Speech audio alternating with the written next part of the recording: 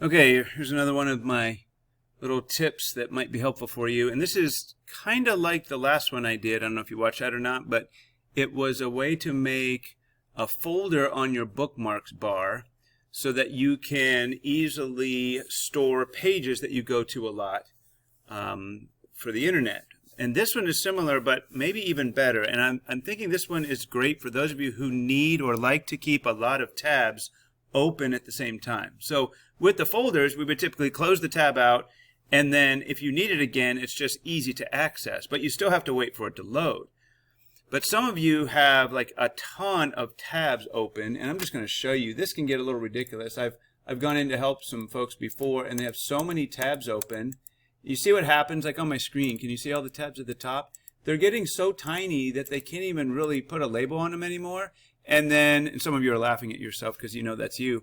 You don't even know what's what. Like, you completely lose the title, and so you're just kind of guessing and like, oh, where did I leave that before? So that's kind of ridiculous. But if you have not figured out how to make groups of tabs, and I don't know how new this is. I just discovered it last year, and I finally figured it out just recently, how to make it work right. So I came across this tip, and I'm not going to try to explain why you have to do this, but I'm just going to tell you need to. Before you start to do this, and watch through the whole video to be sure you even want to do it, we need to adjust a setting in what's known as the Chrome flag. So I'm typing an address, Chrome : / flags, and enter. And then you're entering kind of a back portal in Chrome that most people don't know about.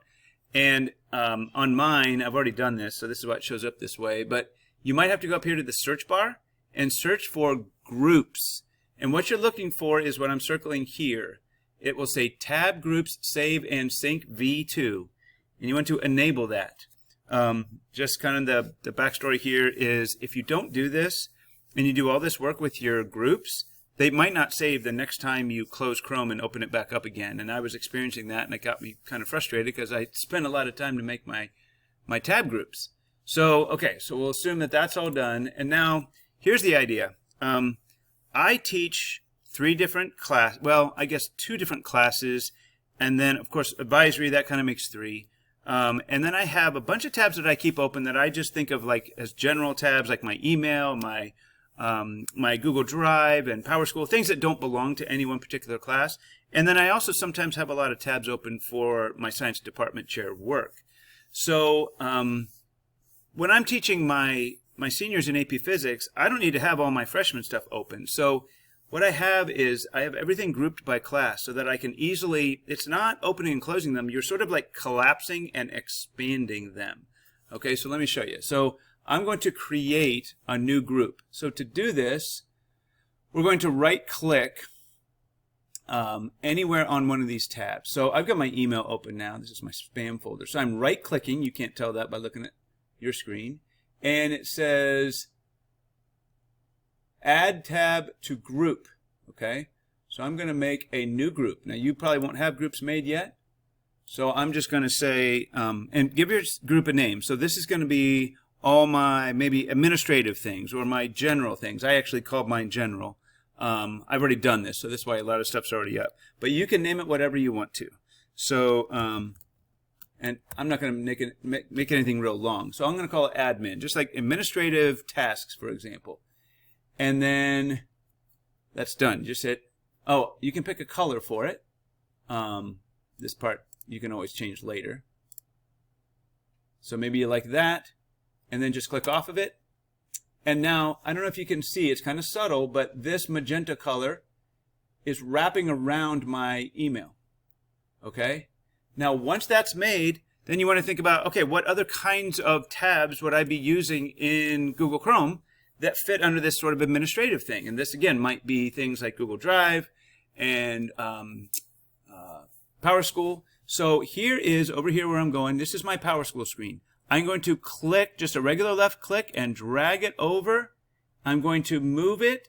Now, do you see this? It's kind of subtle, but when I stop here, now this PowerSchool tab has the same magenta color wrapping around it that my Gmail has. Okay? And I'm going to put one more thing in here. What else might go in here? Maybe eHall Pass could go there. So I'm going to drag it over until it has the same color. So you'll know your tabs are in this group when they have the same colors wrapping around them. Now you can move another tab over here. It's not necessarily about the placement. So here's my integrated science folder. But if I don't want it part of that tab, I'm just going to keep moving it. Now, I just pulled it a little to the right and it no longer has the color wrapped around it. So just these three. Now watch what happens if I want to collapse these. All I got to do is click on where it says admin, and there they are. Now they're collapsed. They're not gone. I can open and close them. So maybe in between classes or on my plan period when I'm doing this administrative work, I'll open it, and then when class starts, I'm going to close it. Okay? So here's another one. Now my integrated science class. So I want a group for all the stuff I'll use for integrated science. So I'm going to say add tab to group and a new group. I'm going to call it INT or maybe I'll call it integrated. And I'm just doing this as a demonstration. I'm going to get rid of these later. And maybe I'd like it to be green. And then I click off of it. Now that has green around it. Any other tab that I would like to be part of that integrated science group, I can drag over here and drop it. Okay. I see some things that go with advisory here, like Naviance. That's for doing things in advisory. 7 Mindsets. So those could be a tab. So I can go over here. I'm right-clicking on 7 Mindsets. Add tab to a group. And I'm going to say, whoops, new group, advisory. Maybe pick orange. And then I'm done. I'm just hitting enter or clicking off of it. And then maybe I'll put Naviance. I'm just going to slide it a little to the left. Now watch this. As soon as I go right there, it got the little orange highlight around it. So now these are part of a group. So I can close advisory. I can close integrated science. This guy kind of got left on his own. That's an AP Physics one. I would probably put that in a different group. I'll just move it over. Okay. So the other thing you notice is, well, no, you can't see it on mine. All of these groups are also over here on your bookmark bar. So you can open all those tabs at once. Whatever's part of that group when you close it, if you go back and reopen it, it'll be there. Now, we're seeing some duplicates here because, again, I had already done this when I decided to make the video. All right. So that's essentially it. But when you close Chrome and open it back up again, you can load these tabs all at once just by clicking on the group that has all of them contained in it.